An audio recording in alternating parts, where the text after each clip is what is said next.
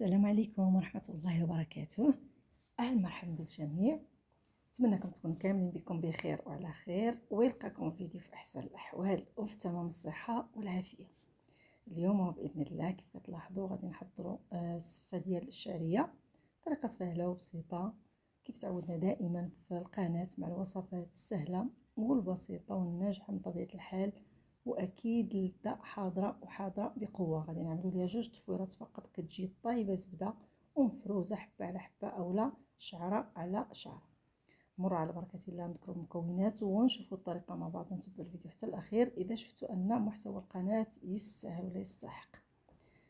بسم الله على بركه الله والصلاه والسلام على مولانا رسول الله. انا غادي نعمل معكم كميه قليله وانتم تضاعفوا على حساب الحاجه.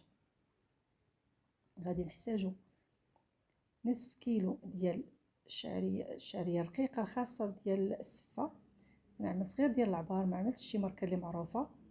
تبعوا الطريقه غادي تنجح معكم باذن الله بلا ما تحيروا معاها بزاف.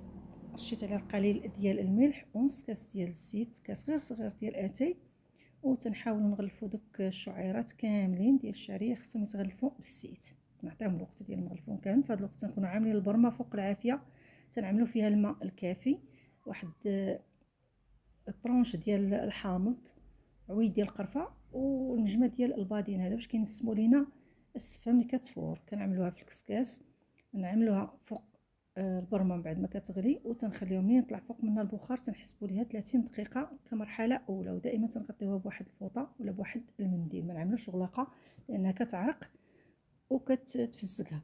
من بعد 30 دقيقه تنكونوا موجدين الماء يكون مغلي، تنصبوه عليها وهي في الكسكاس ما بانتش مزيان لان كاين البخار.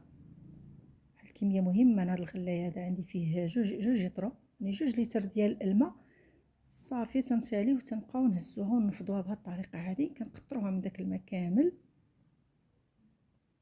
وغادي نصبوها في قصعه اولا في الاناء اللي غادي نخدموا فيه. ما كتعجن والو، حاولوا نحلوها غير بشي راه كتكون سخونه، ونخليوها حتى تتشرب داك الماء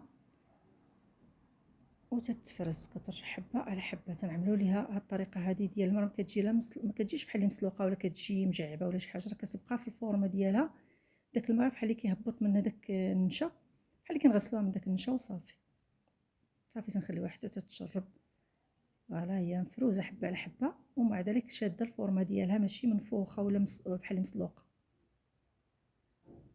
تجي حتى لذيذه ما تجيش باسله. غادي نعاودو من بعد ما تشربات تنعملوها في الكسكاس، نعاودو نرجعوها تفور، نحسبوا ليها ما بين 20 حتى 25 دقيقه، ودائما تنغطيوها بواحد الفوطه باش تمتص داك العرق ما تيرجعش عليها، وتنكتموا فيها البخار باش كطيب بسرعه. كنعاودوها هاد المره هذه وهي سخونه، تنزلوها في القصعه وغادي نخويو عليها نص هاد الكميه هذه، نص لتر ديال الحليب. انا عملت حليب معقم، نتوما تقدروا تعملوا حليب غير العادي.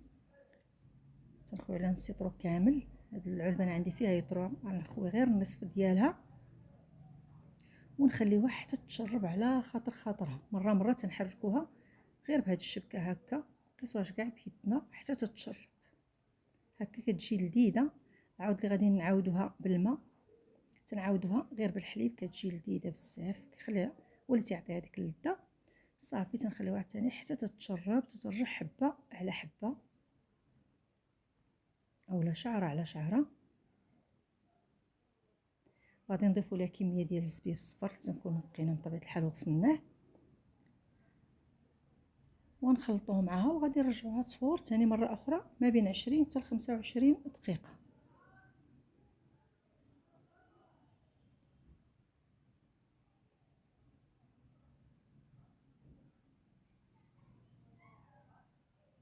نعطيوها الوقت ديالها، نخليوها حتى تشرب مره، ما نزربوش عليها ونرجعوها هي باقا ما تشرباتش. صافي تنخليهم بعد ما كتفور المره الاخيره. هنا عندنا السكر مسم بالفانيلا والسكر ديال الزهر، تنعملو نص ساشيه من كل وحده، ومعلقه كبيره ديال الزبده تكون ديال الاكل، ما نعملوش العلبه، ما نعملوش مارغرين، انا عملت زبده بلديه، وواحد نص كاس ديال السكر سنيده. تنعملوا عليه كلشي هادشي وهي سخونه، وتنحاولوا ندخلوا داك دوك المكونات معها باش كيذوبوا وما نكثروش سنيده، لان الا كثرناها غادي يطلق لينا الماء وغتجي ميه. صافي تنخليوها حتى تتشرب. كنا غادي نقدموها في ديك اللحظه، غير تنحاولوا نخليوها نحافظوا على السخونيه ديالها تبقى سخونه. كنا نقدموها حتى من بعد راه ممكن نقدموها ترجعوها في الكسكاس غير يطلع فيها البخار، يعني غير تسخن، ما نخليوهاش تزيد تفور بزاف باش ما يمشيش منها المذاق ديال المكونات دوك المنسمات اللي عملنا فيها. صافي تكون عندنا واجده. هاد السفه هذه ما تنعملوش ليها الحليب المركز، لان حنا الحليب المركز الدور ديالو تيعلك السفه. تنعملوها ديال السكسو ديال الشعريه، هذه تتبغي حلاوتها في انها تكون طايبه ولكن تكون مفروزه وتكون شعره على شعره، ما تكونش معلكه. كانت معلكه تجينا بحال اللي راه معجنه، راه كتجيبها بطريقه لذيذه وكتجي مفروزه وطايبه. فوالا، كان هذا هو الشكل النهائي ديال الطبق ديالنا. نزينوه الطريقه ديال الزيره تبقى على حساب الذوق وعلى حساب الرغبه ديال كل واحد. نقدموا بالصحه والراحه. نتمنى ان شاء الله وصفتنا لاستحسانكم تجربوها، لانها فعلا تستحق التجربه. نتمنى نكون كنت خفيفه على قلوبكم وكنت نبقى دائما عند حسن ظنكم. كانت نهايه الوصفه وكانت نهايه الفيديو. شكرا لكم على حسن المتابعه. دمتم في حفظ الله ورعايته، والسلام عليكم.